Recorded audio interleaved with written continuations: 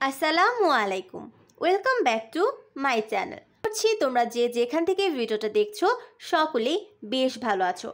তো তোমাদের মধ্যে কিন্তু কয়েকটা অধ্যায়ের ভিতরে অনেক কনফিউশনস থাকে যে এই অধ্যায়গুলো আসলে কিভাবে পড়বো। তো তোমাদের উদ্ভিদ বিজ্ঞানের ভিতরে সবচেয়ে গুরুত্বপূর্ণ দুইটা অধ্যায় কিন্তু হচ্ছে টিস্যু ও টিস্যুতন্ত্র এবং আমাদের হচ্ছে নগ্নবীজি এবং আবৃতবীজি। তো এখান থেকে আসলে কোথা থেকে কোশ্চেন হয় এটা তোমরা অনেকেই বুঝতে পারো না। তো তোমাদের জন্য হচ্ছে আমার আজকের এই ভিডিওটা। তো এখানে আমি আসলে লিখে রেখেছি যে কোনগুলা থেকে আমার কোশ্চেন আসলেই আসবে। তো দেখো, প্রথমেই কিন্তু আমার রয়েছে ভাস্কুলার বান্ডেলের প্রকারভেদ, সংযুক্ত, অরীয়, কেন্দ্রিক। এইটার হচ্ছে এত ইম্পর্টেন্ট একটা কোশ্চেন, এটা যদি তোমরা টেস্ট পেপার বা গাইড যদি খোলো তাহলেই দেখতে পারবে যে এখান থেকে কি পরিমাণ কোশ্চেন এসেছে। শুধু এই তিনটা সংযুক্ত, অরীয় এবং কেন্দ্রিক কি নয়, এদের যে চিত্রটা রয়েছে সেই চিত্র সহ তোমরা কিন্তু এটা পড়তে হবে এবং এইটা কিন্তু তোমরা সরাসরি কিন্তু বইয়েতে পেয়ে যাচ্ছ। এরপর দেখো একবীজপত্রী এবং দ্বিবীজপত্রী উদ্ভিদের মধ্যে পার্থক্য। এইটাও কিন্তু আমাদের মোস্ট ইম্পর্টেন্ট একটা কোশ্চেন। তো এই ভাস্কুলার বান্ডেলের যে প্রকারভেদ আছে এটাকে আমরা 3 স্টার দিতেই পারি। তো এরপরে দেখো ভাজক টিস্যুর চিত্র, প্রকারভেদ, মেটাজাইলেম, প্রোটোজাইলেম, সংযুক্ত, অরীয়, কেন্দ্রিক। তো দেখো আবার কিন্তু সেই ঘুরিয়ে ফিরিয়ে এই সংযুক্ত, অরীয় এবং কেন্দ্রিকেই রয়ে যাচ্ছে। তার মানে কি, তোমার ভাস্কুলার বান্ডেলের প্রকারভেদটা খুব ভালো করে শিখতে হবে। এরপর দেখো আমার একবীজপত্রী উদ্ভিদের মূলের প্রস্থচ্ছেদ। তো এটাও আমাদের হচ্ছে মোস্ট ইম্পর্টেন্ট, এটা দেখবে যে কোনো একটা বোর্ডে কিন্তু এটা চলে এসেছে। এরপরে দেখো আমাদের ফ্লোয়েম এবং জাইলেম, সমপার্শ্বীয় ও মুক্ত ভাস্কুলার বান্ডেল। তো দেখো এখানে কিন্তু আমাদের জাইলেম এবং ফ্লোয়েম এই দুইটার চিত্র এবং ব্যাখ্যাও কিন্তু আমাদের অনেক বেশি গুরুত্বপূর্ণ।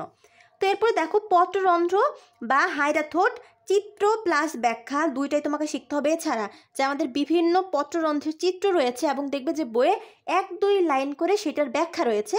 তো এটা তোমরা চাইলে পড়ে নিতে পারো, এটা যদিও কম গুরুত্বপূর্ণ কিন্তু তোমরা এটা অবশ্যই দেখে নিবে। এরপর হচ্ছে ভাজক টিস্যুর চিত্র, যেটা আমরা 3-এও আলোচনা করেছি যে ভাজক টিস্যুর চিত্র এবং 3টি প্রকারভেদ বলতে আমার সেই কিন্তু আবার সংযুক্ত, অরীয় এবং কেন্দ্রিকে চলে গেল। তো তোমরা বুঝতেই পারছো যে এটা আমাদের কত বেশি ইম্পর্টেন্ট। তো এরপরে হচ্ছে আমাদের দেখো পত্ররন্ধ্রের কাজ প্লাস গঠন। তোমরা যখন পত্ররন্ধ্রটা পড়বে তখন একই সাথে পত্ররন্ধ্রের কাজ, গঠন, চিত্র এই তিনটা একসাথে পড়বে, অর্থাৎ পত্ররন্ধ্রের কাজ এবং গঠন।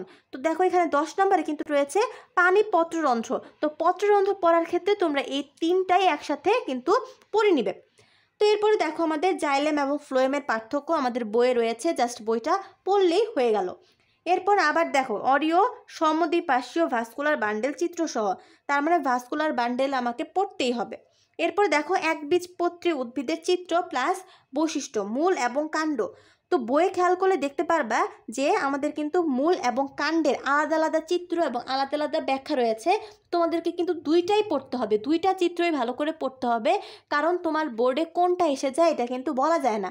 এবং তুমি ধরে নিতে পারো যে কোনো না কোনো বোর্ডে আমার কিন্তু এটা এসে গিয়েছে। তো এরপর হচ্ছে ভাজক টিস্যু এবং স্থায়ী টিস্যুর মধ্যে পার্থক্য। এটা সাধারণত আমাদের ক্ষতে আসতে পারে, এছাড়া আসলে এটা সেরকম কোনো গুরুত্বপূর্ণ কিন্তু নেই। এরপর দেখো দ্বিবীজপত্রী উদ্ভিদের কার্যক্রম প্লাস চিত্র। তো দ্বিবীজপত্রীটা আমাদের জন্য মোস্ট ইম্পর্টেন্ট। তো আমরা দ্বিবীজপত্রী উদ্ভিদ এবং একবীজপত্রী উদ্ভিদের চিত্র দুইটা একসাথে কিন্তু কম্বাইন্ড করে পড়ে নিব। এরপর আমাদের স্থায়ী টিস্যুর বৈশিষ্ট্যটা আমরা একটু দেখতে পারি, যদিও এটা কম গুরুত্বপূর্ণ। তো এই হচ্ছে আমাদের টিস্যু এবং টিস্যুতন্ত্রের আলোচনা। তো এর বাইরে থেকে একটা কোশ্চেনও কিন্তু ইনশাল্লাহ তোমাদের পরীক্ষায় আসবে না। তো জাস্ট এইগুলো সবগুলা কোশ্চেনই কিন্তু তোমরা দেখবে যে বই সুন্দর করে দেওয়া আছে। তো তোমরা বই পড়তে গিয়ে আসলে বুঝো না যে কোনটা থেকে কোশ্চেন আসে। তো এর জন্য হচ্ছে আমি প্রিসাইজলি এটা দেখিয়ে দিলাম যে কোথা থেকে কোশ্চেনগুলো আসবে। তো দেখো এখন হচ্ছে আমাদের নগ্নবীজি এবং আবৃতবীজি। তো এখান থেকে কিন্তু আমাদের বলেই দেওয়া যায় যে কোন জিনিসগুলো আমাদের আসবে। তো দেখো আমাদের কিন্তু সাইকাসের স্পোরোফাইট ব্যাখ্যা, এটার মূল, কাণ্ড, পাতা, এটা কিন্তু আমাদের অবশ্যই পড়ে দিতে হবে, এটা কিন্তু আমাদের আসে। এবং দেখো সাইকাস একটি জীবন্ত জীবাশ্ম, এটা ক্ষতে আসে, এটা কিন্তু মোস্ট ইম্পর্টেন্ট। এবং দেখো মালভেসি গোত্র, জবা ফুলের সংকেত, বৈশিষ্ট্য এবং পুষ্প প্রতীক, মোস্ট ইম্পর্টেন্ট। এটা কিন্তু কোনো না কোনো বোর্ডে তোমরা দেখবে যে এসে গিয়েছে।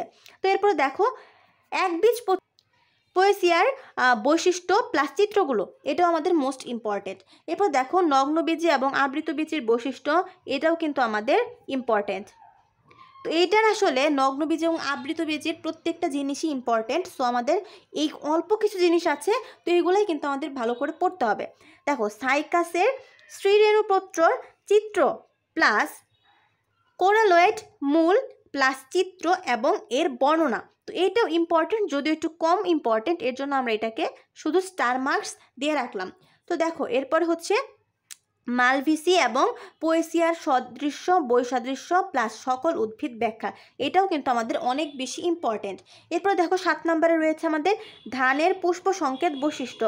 তো ধানের পুষ্প সংকেত কিন্তু আমাদের অনেক গুরুত্বপূর্ণ। তো তোমাদের মধ্যে একটা মিসকনসেপশন রয়েছে, সেটা হচ্ছে দেখো আমরা কিন্তু শুধু মালভেসির অর্থাৎ জবার যে পুষ্প সংকেত রয়েছে এটাই কিন্তু সুন্দর করে চিত্রে শিখে যাই, কিন্তু আমাদের কিন্তু দেখো এই ধানের পুষ্প সংকেতও কিন্তু এসে যেতে পারে।